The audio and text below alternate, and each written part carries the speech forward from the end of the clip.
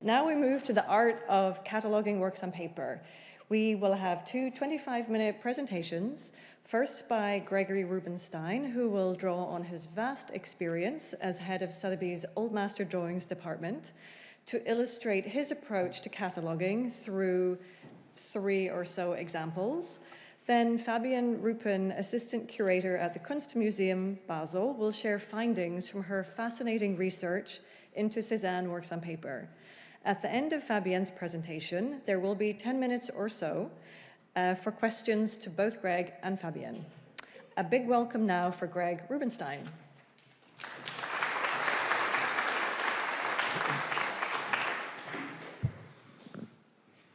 Thank you very much, Teresa, and thank you so much for the invitation to participate in this amazing, wide-ranging conference. So the process of putting together and executing an auction of earlier works on paper, what we might loosely call Old Master drawings, has many, many different elements to it. But in this context, the relevant part, and what I think I've been asked to speak about today, is how we actually study, analyze prospective candidates for inclusion in these sales, and how we categorize them. And I prefer to use the word categorize rather than authenticate, because as I think will be very clear, what we're doing in the Old Master Drawings field and in the commercial side of the works on paper world is very much more than just verifying or rejecting an established or proposed attribution for a work. So what I'd like to do is walk you through, or rather given the time constraints, probably run you through the process that we follow really when we are presented with a potential work for sale. And I hope that the things I'm going to say are not going to be too blindingly obvious. We will see. So maybe I'll change the slide, yeah. Things that we're offered come to us in all sorts of different ways and in all sorts of different conditions. Things come with an attribution or without. Things come with a long publication history or sale history, or with absolutely no history or documentation. Things come with a clear provenance historically, or with none. And things also sometimes come to us with extensive research documents put together by the owners or other people that they've asked to do this work for them, or with absolutely nothing. How we go forward from this first meeting with the work of art varies, I think, a bit from, well, is rather different from what happens in a purely academic or a museum context. And that's for a couple of reasons. One is that we actually have to be much more skeptical and really start from absolute scratch when analyzing any work of art. Anything and everything that comes in could potentially be a major masterpiece worth millions of pounds, or it could be something of really very limited artistic and monetary value. And we have to take into account this range of possibilities and start really from first principles. The other things that are perhaps different are that we usually have rather less time to think through the whole process than somebody in a museum, and that in some ways the bar of certainty is rather higher, because you do have to think through to an ultimate conclusion. You can't say, well, I'm not quite sure about this, I'm going to put it back in the box and put it back on the shelf for the next generation to think about. You have to think to a conclusion, and the consequences of that conclusion can be considerable, not only financially, but even legally.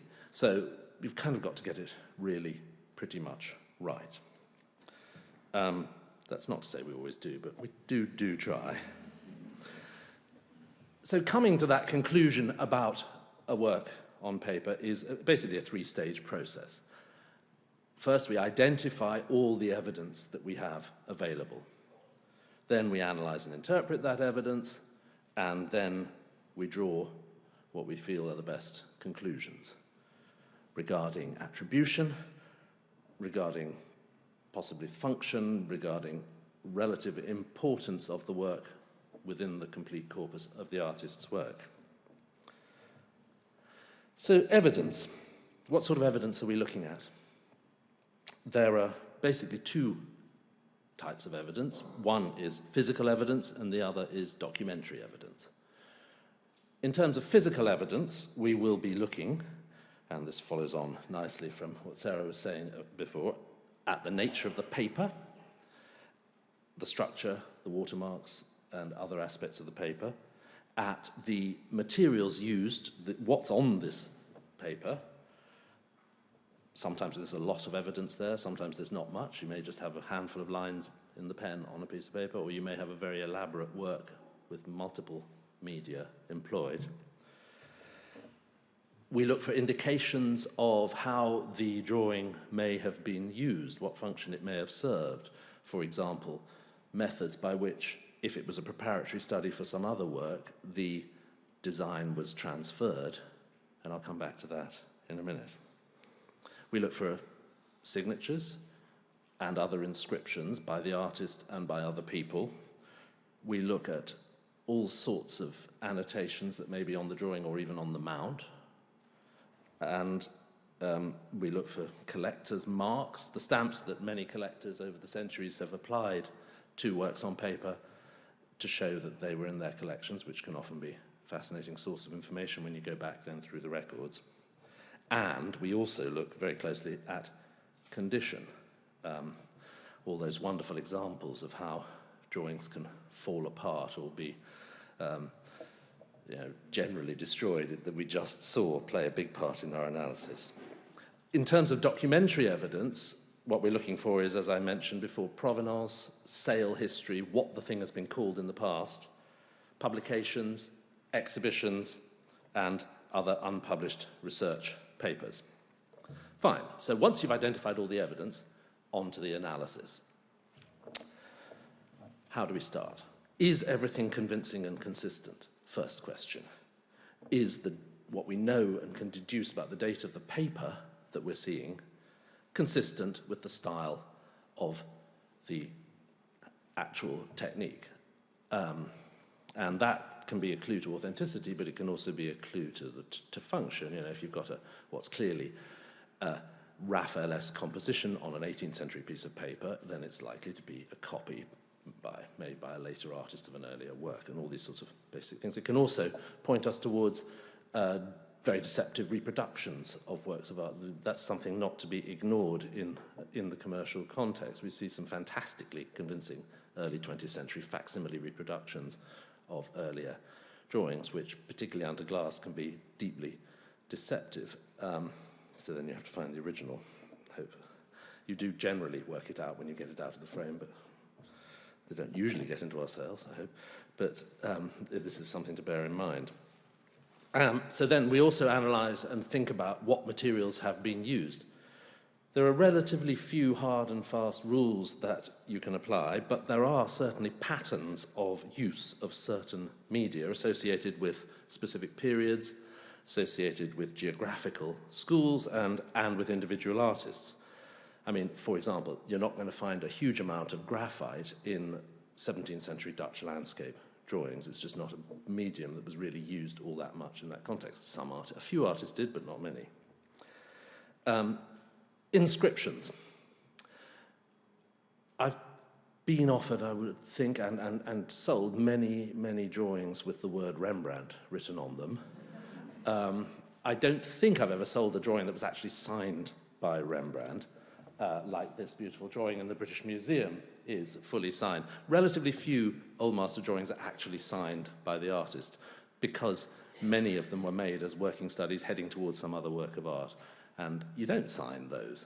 You tend to sign things that are going to be handed over to someone else for another purpose, like this, which is a design for a print. So this needed, in a way, to be signed. Fully signed is very rare. Not something we sold, sadly. It's in the British Museum. On the other hand, that's the sort of thing we have tended to sell, which is a less exciting Rembrandt follower school drawing with the name Rembrandt written on it. And as you can see, oh no, you can't see, damn it. Sorry. Well, that would have shown you that there were very different handwritings. C'est la vie. I hope the rest of the slides are going to work. When you have later inscriptions, which can be an attribution like that, or can be other information, the closeness of the person who made the inscription to the artist in question will obviously affect the reliability and relevance and significance of that inscription. So, for example, this drawing by Rembrandt, which is in the Louvre, in the Rothschild collection, which is one of 3 different versions of the same view made by Rembrandt on the River Amstel just outside Amsterdam, has on the back a fascinating inscription written by his pupil/associate Philips Koning, which says, "This was drawn by the great hand of Master Rembrandt," and then he's initialed it P.Co. in his typical way. So there wasn't actually ever any doubt that this drawing was by Rembrandt, that nobody would seriously suggest it isn't. But if you needed any confirmation, Philips Koning's inscription on the back is really helpful and relevant. And another example from the Rembrandt sort of associate world, Lambert Domer, an artist who made many views along the River Loire, based on travels in the 1640s, but then reworked in drawings like this from the 1670s and on, of which there are a considerable number. A large number of those drawings of French views ended up in a collection of an 18th century Dutch merchant called Hieronymus Tonneman. And on the back of the Tonneman drawings, probably written by Tonneman himself, are quite detailed inscriptions giving the locations of the views depicted, which we probably wouldn't be able to identify without them. Some of the town views you would, but others you wouldn't. These are not written by the artist, or even very close in time to the moment when the artist made the views, but were probably based on a checklist of some kind that went together with the group of drawings that the collector acquired. So again, it's a sort of secondary inscription, but it is based on information from the time and therefore very relevant to us. The next point that I was going to mention about aspects that we take into account when analysing a drawing has been fantastically well covered by Sarah a minute ago, which is condition, because condition can deeply affect how a drawing looks. If the iron gall ink lines have all spread, you're not going to get quite such a clear idea of how precise and how focused and how good they were to start with. I had just one example here, which is to show deterioration of blue paper, which can be quite significant and fascinating. This is what's usually thought of as the back side of a drawing by Pierre-Paul Prud'hon in the Met on beautiful blue paper. That's the front of the same drawing, which has obviously been exposed to the light extensively and totally changed colour. I mean, actually, it's still very readable and still very lovely, but when you get to this sort of situation where you've got a drawing which has been selectively covered at different times and has suffered in other ways, what would have been lovely blue paper like that first image I showed you on the last screen, by now becomes quite disturbingly discoloured, and it may affect your judgment of the drawing. So those are the physical aspects of the evidence that we look at. Next question is, does any documentation that we may have make sense? And there it can be a question of deception in the documents, it can be a question of mistakes, and it can be a question of changing scholarship. For example, if a drawing's published, we need to think, how recent was that publication? Going back to Rembrandt again, the standard catalogue raisonné of Rembrandt's drawings, done by Otto Benesch, first in the 1950s and then revised in the 1970s in 6 volumes, included approximately 1,400 drawings as autograph works by the artist. And since that time, quite a few more have been identified. But even so, modern scholarship would not accept more than at the very most about 800 drawings as being genuine works by Rembrandt. All the rest that were published by Benesch as autograph are by now thought to be works by an identified or even unidentified pupil or follower. So somebody comes with a drawing and says, but it's fully published in Benesch as autograph.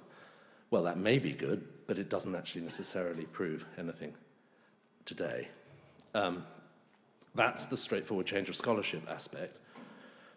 Slightly more complex is the question of reliability of published sources. And that can be, as I said, for either for questions of just quality of scholarship or questions of nefarious questions as well. The standard catalogue raisonné, for example, of the drawings by Fragonard was done by a French scholar called Ananov, who it turned out later was actually a serial faker of Fragonard's drawings himself, and who included in his catalogue raisonné quite a number of drawings that he'd actually made himself. In other words, they were Fragonov's, not Fragonard's. And so this is a little bit of a pitfall that one has to bear in mind. And that's without going into the question of whether we always think that the person who's written the current book on an artist is totally reliable and fully understands where that artist's style ends and the next one starts. There is a certain tendency, there are some monographs that have been published where the person has obviously studied very, very closely the artist themselves, but hasn't necessarily explored in great detail the surrounding milieu, and therefore we wouldn't always agree with everything. That can be quite tricky. Anyway, that's a different discussion. The next big part of the process of analysis that we perform is to try and understand why a drawing was made. What was its function? Because drawings that are made for different purposes by the same artist can look radically different. That's a very obvious statement. Drawings are basically made in the period that I work with for three fundamental reasons: for the purposes of study and learning, as a step in the preparation of another work of art in a different medium, or as an independent work of art. Obviously, you can't be 100% certain in every case, but those are the main motivations, I think.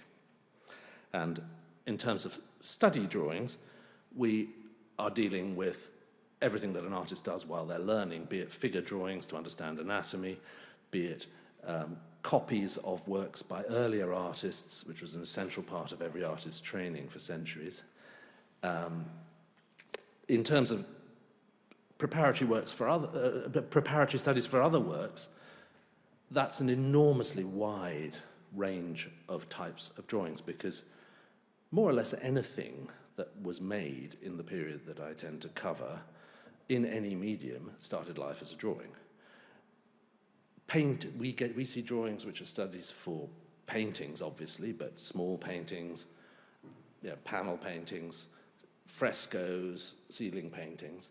But we also see designs for prints, we see designs for architecture, we see designs for decorative arts, for tapestries, for textiles, for silverware, absolutely everything. And each of these is going to look different because the demands of that particular function are different. We sometimes see signs of transfer processes, as I mentioned, and obviously that's nice and helpful, but very much not always. The standard things we're looking for in that area are squaring, where an artist, this is Jacques-Louis David, making a study which is going to be incorporated in a larger scale painting, so squaring the drawing so that it can be enlarged in scale accurately. Pricking through on the design, which is something that's used very widely in actual size cartoons for frescoes, obviously, where the outlines of the design are pricked with a pin, and then chalk dust is pounced through the holes to transfer the design, actual size, onto the final support. This is a portrait of Michelangelo by Daniele da Volterra in the Tyler's Museum. or, going back to our wonderful Rembrandt, indenting the lines. This is the drawing that I showed you a minute ago in the British Museum and the print for which it's a study. And here you can see, I hope you can see, that all the outlines have been gone over with a sharp stylus point. So the back of the drawing is covered with a coating of chalk, red or black chalk. It's put on the copper plate. The outlines are gone over with the hard stylus, and you get a sort of carbon copy on the engraving plate, which the engraver, whether it's the artist himself or someone else, can then follow and turn it into the printing plate. And things like that are very obvious clues, but you need to look out for them. Indenting actually can be hard to spot. And then the third category of independent works that are made either for sale or just for pleasure can include many different things. We deal with portrait drawings made as independent works of art. We deal with landscape studies made for pleasure. The Rembrandt landscape that we saw would have been made as an independent work, not leading up to anything else. And just to illustrate how different drawings by the same artist can look based on their function, I want to canter very quickly through a number of drawings by Rubens to show how different they are in media, in approach, and in appearance, based on totally different functions. So first of all, we have a couple of copies. This is Rubens copying an antique sculpture in a large-scale black chalk drawing, which is very modelled. And another copy after the antique, but a different sort of prototype, a cameo this time. And here he's decided a small-scale pen and ink drawing is actually what's needed. Looks entirely different, both of them by Rubens. Copies after figures from Persian miniatures, heavily annotated and very, very linear. This is very much a record-type drawing. But so is this. These are figures from Titian, from a painting by Titian. Again, Rubens copying and recording and learning. These are study drawings, but they couldn't look more different in a way in terms of technique. Then you move on to life studies, and you have drawings like this marvelous study for the Antwerp Cathedral raising of the cross of around 1608, where Rubens is looking at the form and the physicality of the figure, working out, this figure's in armor in the final. There's a soldier in armor in the final painting. What he's trying to do is work out how to make that pose as powerful as it possibly can be. Just come back from Italy looking at Michelangelo, and incorporates what he's learned there in that way, but also is just working it out every way. And so, moves the leg here, starts off with it like that, but then thinks it's going to be more powerful, more convincing like that.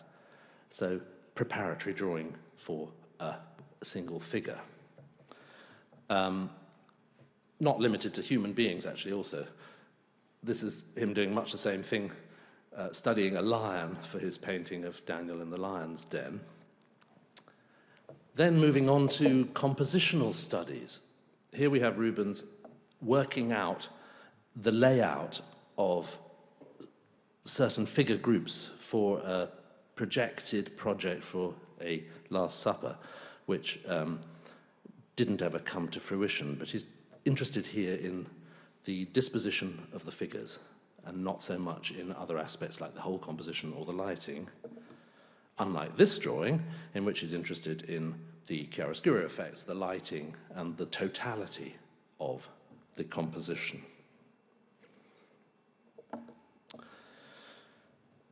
Working out a design for a decorative scheme, which part sculptural, part painted.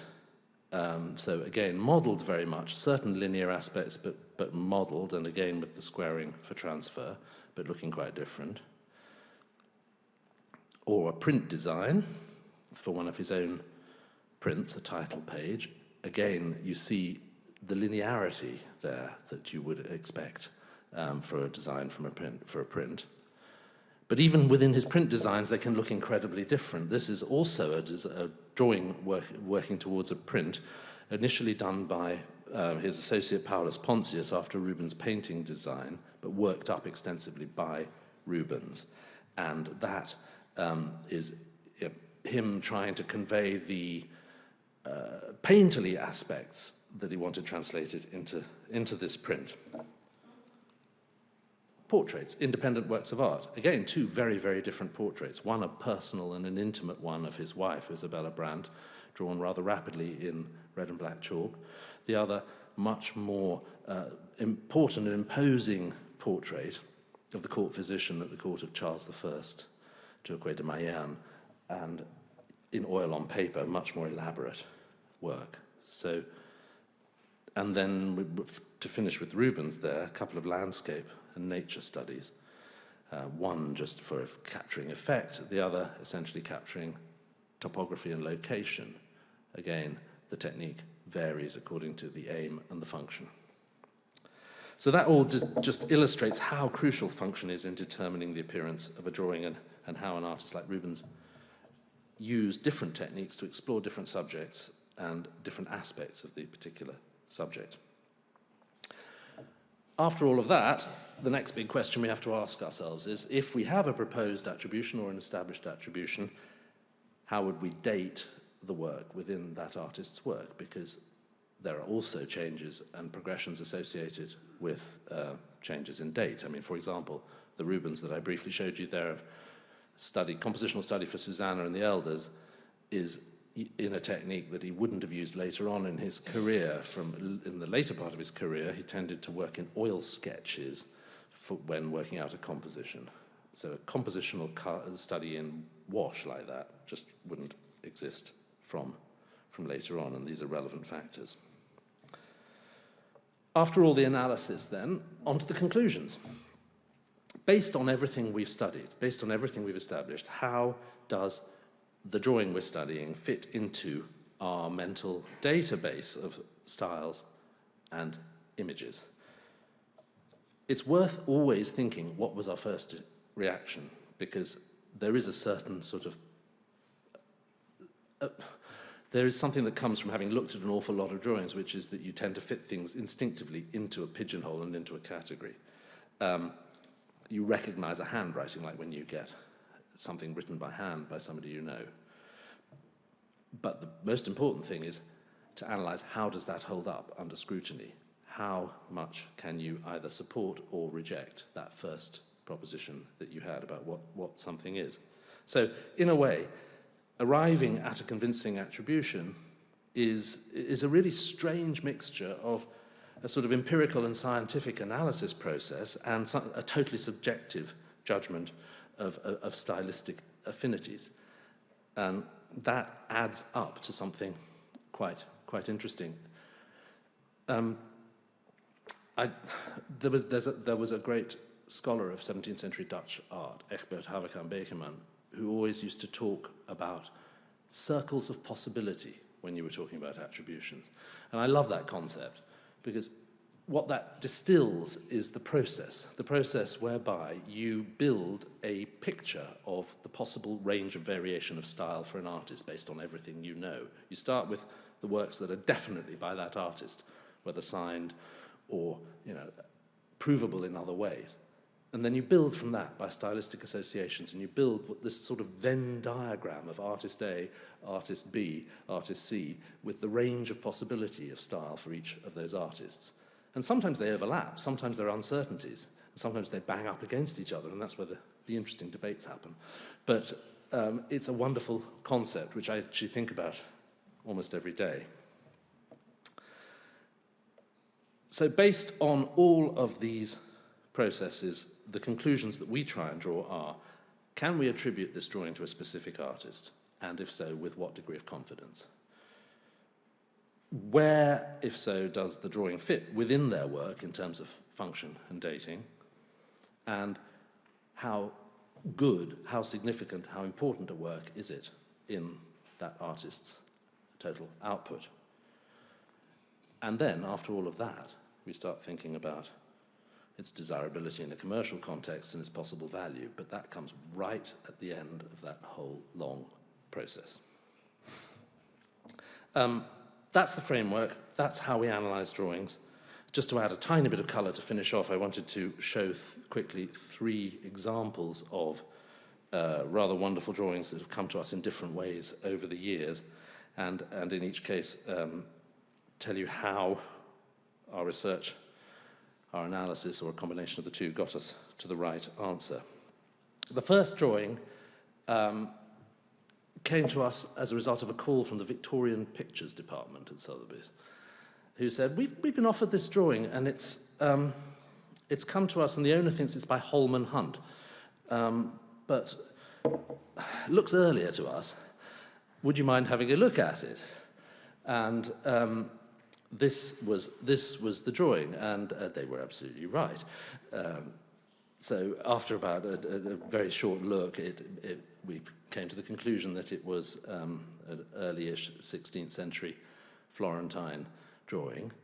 The paper supported that, the style, everything about it, that was sort of kind of obvious. That's basic old-fashioned connoisseurship experience is a 16th century Florentine drawing. Who, if you were looking for a painting, where might you start? Whose paintings look pretty much like this? Looks like Bronzino. Okay, let's get out the book on Bronzino, and bingo, you have the fact that this drawing is obviously the life study from which the Bronzino portrait now in Kansas City of an unknown young man was made. That wasn't massively demanding in terms of research or expertise, but still, the drawing came in as Holman Hunt, so we kind of needed to make the right leaps. The drawing's now in the Getty Museum, by the way. The second example, more recently, same milieu.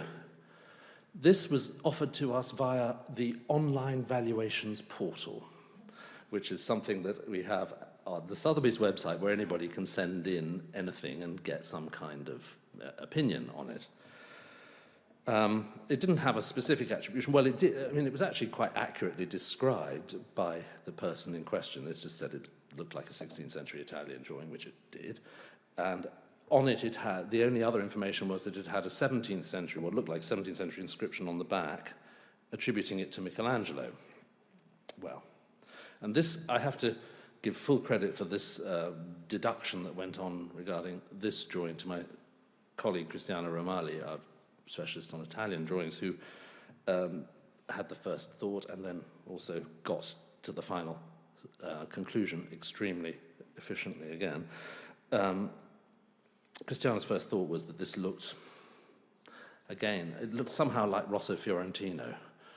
The only thing is we didn't know any relatively small-scale, rather precisely executed drawings like that by Rosso. What we do know are drawings like these in the BM, big figure studies in red chalk. But she thought, somehow it sort of looks a bit like Rosso. Let's see. So you going to the books again, hoping in a way to find something like the Bronzino portrait, the final painting, and then you've got what younger generations might call a slam dunk. But no, nothing like that in the books on Rosso, unfortunately. But then came the moment of inspiration, because Cristiana thought, well, let's read The Life of Rosso, written by the biographer Giorgio Vasari just after Rosso's death, just in case there's a mention of a commission for this subject, the Visitation, that is either lost or was never executed.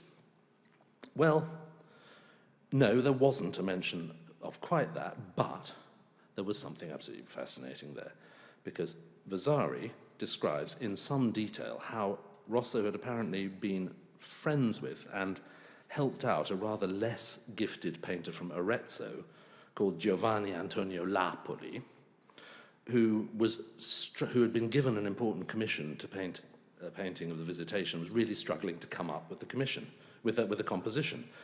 And Vasari writes how Rosso was passing through Arezzo in 1524 and took pity on his friend and made a small, what he describes as a small, precisely and beautifully executed drawing of the Visitation, which he gave to his friend, and his friend then used it for the painting, which is still there, in fact.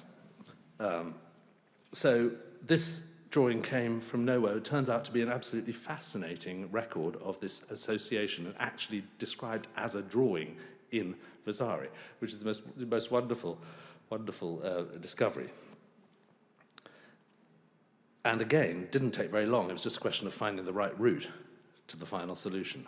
It was probably about half an hour's research, which is quite exciting. And then the final example I wanted to show you is a story which is rather different because it took very, very, very much longer to get to the final conclusion on this.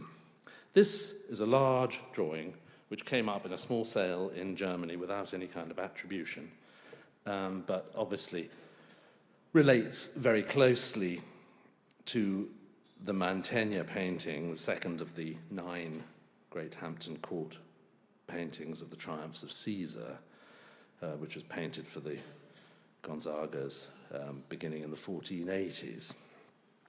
There are quite a lot of differences in composition from the final painting, but all the same, the initial assumption, looking at a drawing like that, is that it must be an early copy, possibly of a lost preliminary design, because it's so meticulous, it's so detailed, and it's so highly worked. And there was nothing else like it in the established work of Mantegna. Admittedly, there are only about 20 drawings that everybody accepts as being by Mantegna, but they tend to look like this. They look sort of much more rapidly drawn, and even the most worked up of the most precise of them, like the Calumny of Apelles here, is not as incredibly composed, carefully composed as the drawing that we were being offered. All the same, the rather determined buyer in the sale set about trying to prove that it was actually the most ambitious and complete drawing by Mantegna that was known, and the only preparatory study for the Hampton Court pictures. And he made a lot of progress and got a lot of scholarly opinion on board in support. But and in fact, the drawing was included in the National Gallery Berlin exhibition of Mantegna. But all the same, that's not enough somehow for the commercial purposes. You can't, there were still too many people saying, I'm not sure, for us to be able to stand any chance at all of actually being able to offer it for sale. But when the owner came to us, we thought, well, let's just go through all the scientific analysis again. A lot of it was done before the National Gallery show. We thought, let's try it again. And we did every possible kind of photography, including a lot of infrared photography of different wavelengths. And suddenly, in the middle of all that, out popped something really very fascinating, which was, it's more or less impossible to see on this image, but there was clear evidence that the figure to the far left, the tall standing figure there, had been fundamentally reworked, and that underneath the final figure was another, much smaller figure. You can just about make out the face there, a figure of Apollo. And that showed that this drawing actually encapsulated a complete change of heart about the composition, and proved beyond doubt that it was Mantegna's actual working design. And fascinatingly, I mean, that represents a turning point in the whole commission, because the first composition in the series has relatively small-scale figures. The towering figures that you see in the later compositions in the series only come after this moment. And this drawing captures that moment when he rethinks and decides to put a massive sculptural figure on the left. So that really was quite an exciting combination of science and connoisseurship. Sadly, not all of our studies end up with happy endings like these, but however they turn out, it is, as I hope I've explained, a fascinating and endlessly fascinating process of investigation and study. So, thank you very much.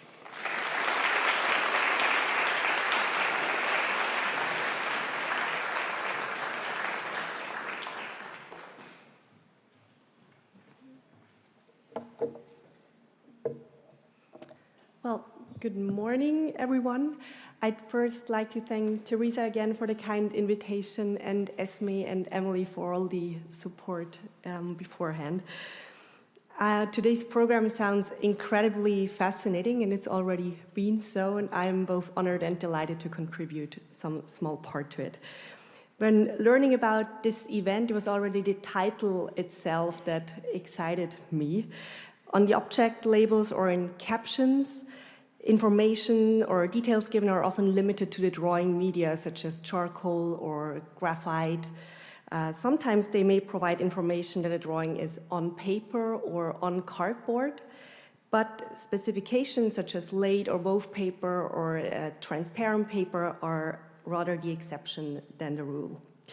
However, this additional information often enables further conclusions about the original function of a drawing, for example, and I would therefore today like to make a plea for the meaning of the support material with regard to cataloging works on paper.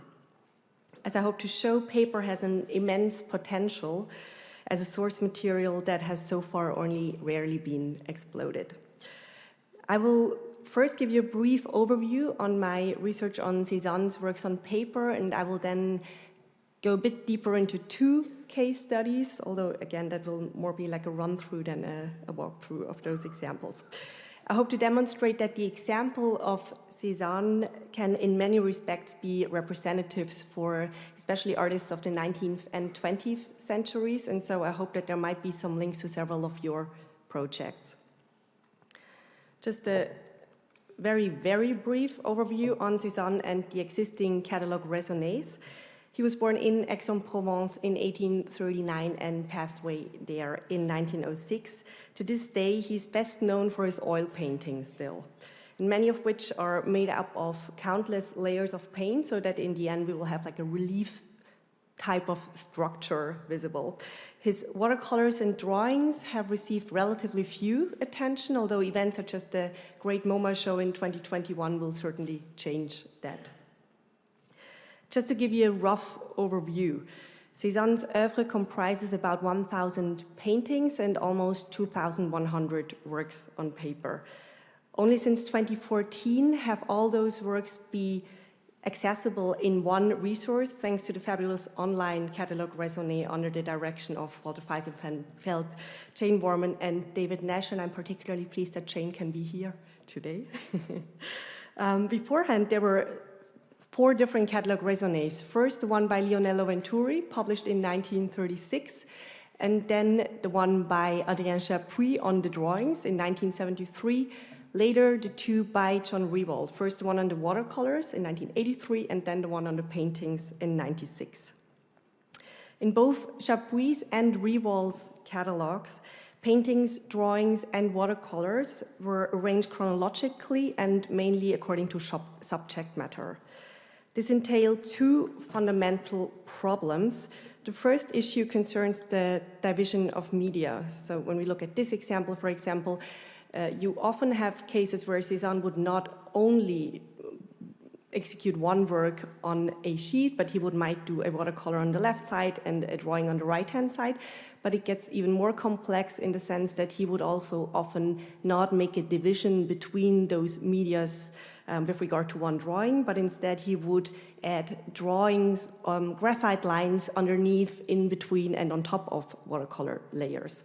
So it's very hard to decide if it is already a watercolor or only a drawing. And then in addition, there would also be works where he would work on the recto and the verso. And so if the recto would include watercolor and the verso only graphite, those 2 works on the same sheet would end up in 2 different catalogue raisonnés. The second problem concerns chronology, which in Cézanne's case often remains speculative due to the scarcity of dating by the artist himself. So depictions on recto and verso of the same sheet might be dated about 15 years apart according to style, and again, they can also end up in different catalogue raisonnés when it's, for example, different pages in one and the same sketchbook that would also be dated up to 25 years apart, and you would really have to flip several pages until you come across the originally closely connected other piece. I would therefore like to refer to an excellent article by Carsten Schubert, who had pointed out that the original material context with regard to Cézanne's works on paper has really been kind of receded into the background, and that it would be very important to think closely about those connections between recto and verso, sketchbook entities, and so forth. In this respect, I would propose to speak of a kind of conceptual fragmentation of Cézanne's works on paper. However, on a physical level, this fragmentation has already begun much earlier, rightly after the artist passed away. So on the one hand, we would have several examples where early dealers, such as Vollard, would trim larger sheets in order to optimize compositions. And then all the sketchbooks, or most of them, were fully dismantled by the 1930s, early 1930s. Study sheets, including several works, were separated and sold into different parts. So these interventions resulted in what the late Ritschl aptly called a process of dispersal. So nowadays you would find such parts of one single sheet spread across different collections all across the globe. Same is true for sketchbook pages. My aim is to reconstruct those original material contexts of these works in order to gain a better idea of Cézanne's working process. I wanted and still want to better understand how subjects such as bathers, still lifes, or the Montagny Saint-Victoire, who are often thought about individually or isolated by art historians, have actually been very closely related in the working process. Therefore, I studied around 1,400 works on paper by Cézanne to date, so that means this is still work in progress. There are 700 more to see, and so far really every single one that I got to see has had a new clue. When I began to evaluate my observations, I was initially faced with some sort of a chaos, and that was due to the incredible variety of formats, but also paper qualities. And then at the second glance, it was exactly this heterogeneity that was actually bearing a huge potential for systemizing this huge amount of works. Cézanne's works on paper can be divided into 4 categories, and I draw like a first basic division between everyday paper and actual drawing paper. So the everyday paper, that is a very tiny percentage. It's only about 2.5% as far as I can tell so far. That is on the one hand about 30 works that Cézanne executed on a rather thin, sometimes ruled writing paper. And in about 15 cases, there are works that he recycled empty versos of magazine plates for. So those are then, they are pretty easy to recognize because they are thick paper, often include a print on the other side. The vast majority, though, is actual drawing paper, and here again you can differ between sketchbook origins and originally already loose sheets of drawing paper. Each make up for about 1,000 works. The sketchbook pages are consistently on wove paper, and they are often on smaller sizes than the actual loose drawing sheets. The loose sheets, on the contrary, include both wove and laid paper, and what those evaluations of the originals showed was that Cézanne mainly used a standard French size called raisin, that measures about 63 to 48 centimeters, but he hardly ever worked on the full sheet. So he would usually cut it in half, sometimes into quarter sheets, but this is then still regular sizes that can be deducted from a standard size. In addition to those regular parts, there are also many irregular fragments, and those have usually been trimmed or cropped by early dealers, and that's the fragments that are particularly hard to deal with and to assign to any specific entity. I'm now going to look closely at 2 special cases or case studies in order to show you what criteria have been particularly useful when it comes to refined criteria to structure those 2 larger groups. When studying Cézanne's in total 20 sketchbooks, it is noticeable that most of them have a very similar format, so most of them measure about 12 to 21 centimeters. This means that it can be very difficult to attribute a single page to one specific sketchbook. Therefore, oil stains, traces of former binding or offset have been proven the criteria that are giving the most important clues. Understood as traces, those kinds of damages are actually incredibly helpful. With this approach, I'm basically following Ines Howie Shoemaker and Theodore Reff, who were able to reconstruct one of the so-called Philadelphia sketchbooks in 1989, thanks to this now famous tag hole, which appears on most of the pages from that sketchbook. And I'm showing you one newly assigned page here. I'm also showing you, that's not the best quality of a picture, but that's a matching binding stitches of sheets coming from one sketchbook from Cézanne's youth that has been completely dismantled very early on. And we were first not sure whether it was 3 different sketchbooks or only one, so those binding stitches have been very helpful. And they also show again how important it is to see all works out of the frames with edges available. Then finally, this is an example of 2 famous oil stains. They are running through almost the entire so-called Chicago sketchbook that is mainly kept at the Art Institute. And based on those stains, I was able to add this fragmentary watercolor that had been removed from the sketchbook very early on to this fragmented page of half a landscape, now showing on top, or the wrong way around, to the Chicago sketchbook. I created a so-called catalog of stains that will hopefully in the future help everyone else also to reassign loose sheets with such damages or other traces to entities. In 2015, I had the opportunity to test the usefulness of my criteria. At that time, this previously unknown, very early gouache was offered for sale. It had once been traded by Curator, and there's a label on the back describing it as Othello and Desdemona. Those 2 figures are depicted in profile. One of them with a dark skin and dressed in a white robe raises his or her left arm. There's a long, narrow object reminiscent of a dagger that can be made out in his or her right hand, which is pointing towards the ground. The second figure is wearing a blue dress. Presumably, she or he has just dropped a bouquet of flowers that now lies on the floor.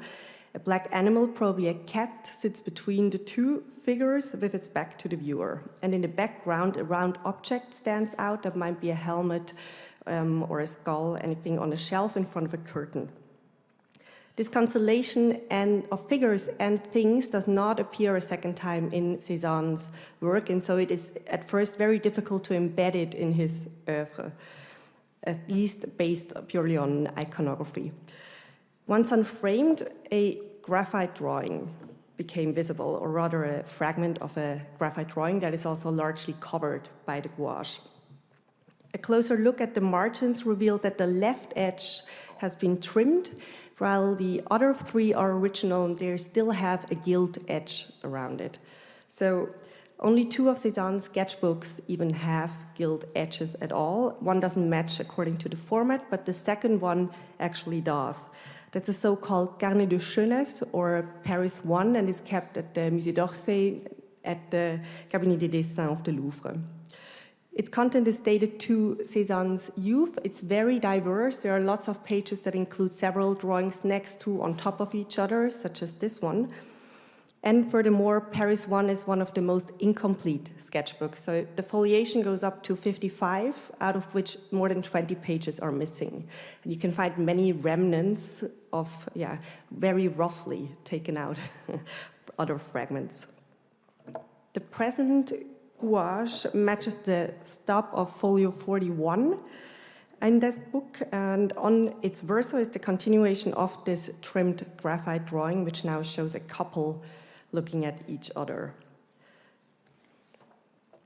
Apart from the completion of this depiction, the attribution of the fragment to the sketchbook is also revealing with regard to Cézanne's working process. On the one hand, there's a closely related drawing just on the recto of the same page. And then, in general, Cézanne repeatedly executed groups of figures, very many times couples, in that particular sketchbook. So the gouache and its subject matter doesn't look as odd anymore once it is embedded in the sketchbook content. On the other hand, the attribution of the fragment also provides a new perspective on the already known sketchbook content. For example, there's this gouache that has so far been titled Étude de draperie, and with now looking at the newly assigned gouache 2 pages further or earlier, it actually becomes visible that this must be like a back view of the same figure with a head rather than a knot on top. Turning the pages a little further, you will also come across depictions of couples that have been interpreted as illustrations for Baudelaire's Une charogne out of the Fleurs du Mal. The female figure, repeated several times, is in turn reminiscent of 3 other drawings that were newly assigned to this sketchbook. That is studies of the nature, most likely, a standing woman and of a musicienne. In the poem illustrations, Cézanne did several detailed studies of the hand of the man that is pointing towards the carrion laying on the ground, described by Baudelaire.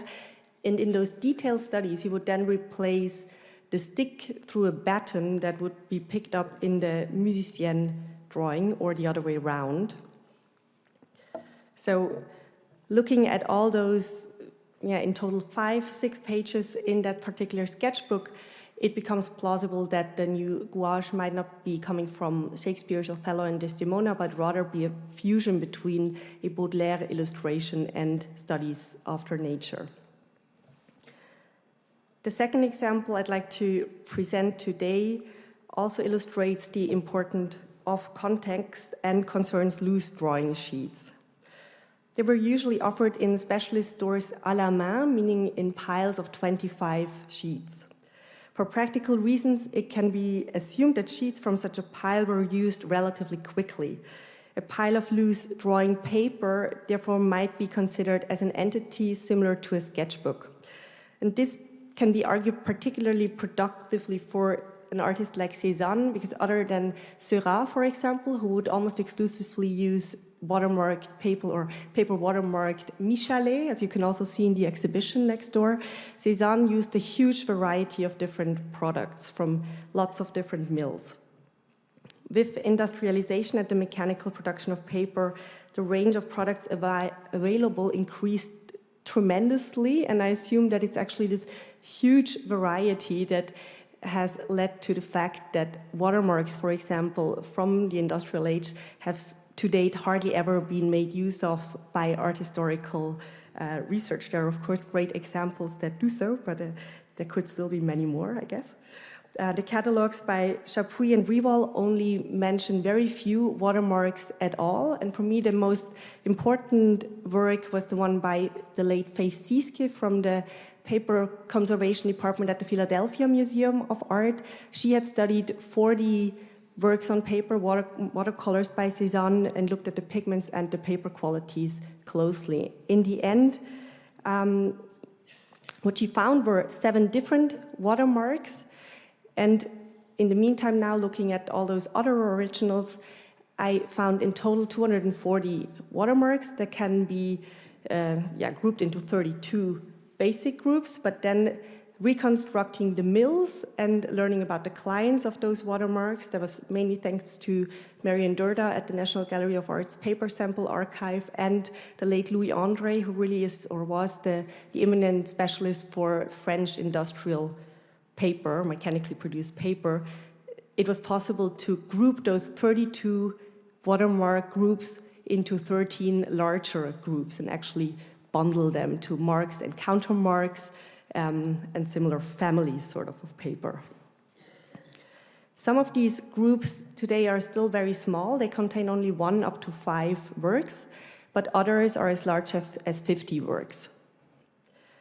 My favorite example is still that of this sheet, or that is half of the sheet, on one paper, a raisin sheet, that one is now able to reconstruct thanks to those watermarks. So this half is the one at the Courtauld Gallery, and then there, I made a gap. I'm doing this little addition here before I go into the case study, because when you look at watermark groups, looking at those 13 larger groups and thinking about them as an entity such as sketchbooks, thinking about those works executed on the same type of paper being closely related, I wanted to figure out if it makes sense to compare different motifs in such a watermark group. And so I had like several motifs as a counter check, basically, that helped me argue or legitimate this approach. This is the one example of the hydrangeas. There are only 4 in total on paper by Cézanne, and the 3 closely related that you can see here, they're all executed on the same type of paper. It's all the paper from Arches, and that's a pretty small group. And so I found several other cases, such as also the studies of the harlequin that are mainly on the same type of paper, which again kind of encouraged me to look at those watermark groups as entities similar to sketchbooks. So back to the example. This is 1/2 of a raisin sheet that Cézanne cut apart rather carelessly. You can see the watermark Vidalon here in translucent light, translucent light. It's the other half of that sheet that is in a private collection, and it was framed and the edges hidden behind a mat for most of the time. So once out of the frame, those rather crooked edges, or at least the rather crooked lower edge, became visible, and also the watermark became much more easier to detect.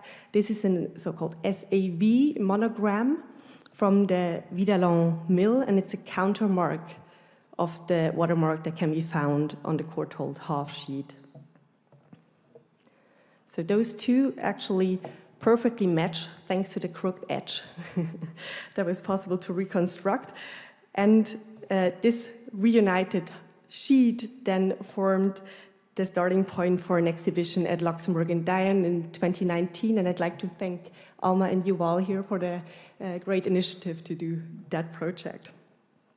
The 2 landscapes show different motifs, and so far they had never been compared directly. It's only thanks to the knowledge that they were part of the same sheet that one actually gets to the starting point of looking at them as closely or possibly closely related.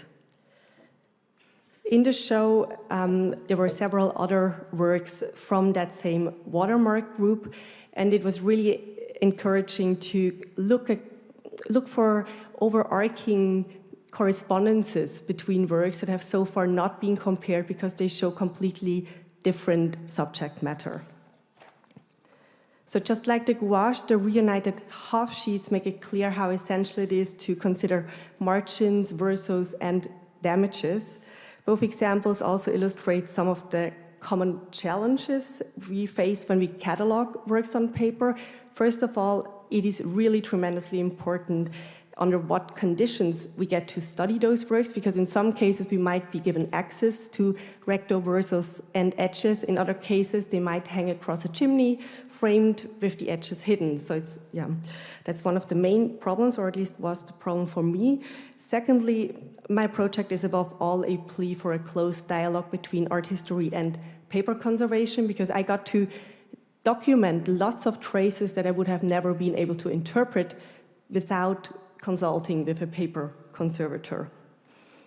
And as mentioned before, I hope to also be able to reconstruct further half-sheets and fragments and to assign them to entities. So far, the assignment of those has made it possible to authenticate works, but also to think more closely about the process and to adjust dating. For example, the SAV watermark refers to the Société Anonyme des Papeteries de Vidalon, which was only founded in December of 1880. So a work by Cézanne executed on that type of paper could not have been possibly executed beforehand. Apart from how informative those findings might be for the Cézanne research, I hope that they also provide some clues that can be transferred to other monographic studies. And in that sense, I thank you very much for your attention and mainly look forward to hear more about your projects and the lively discussion. Thank you.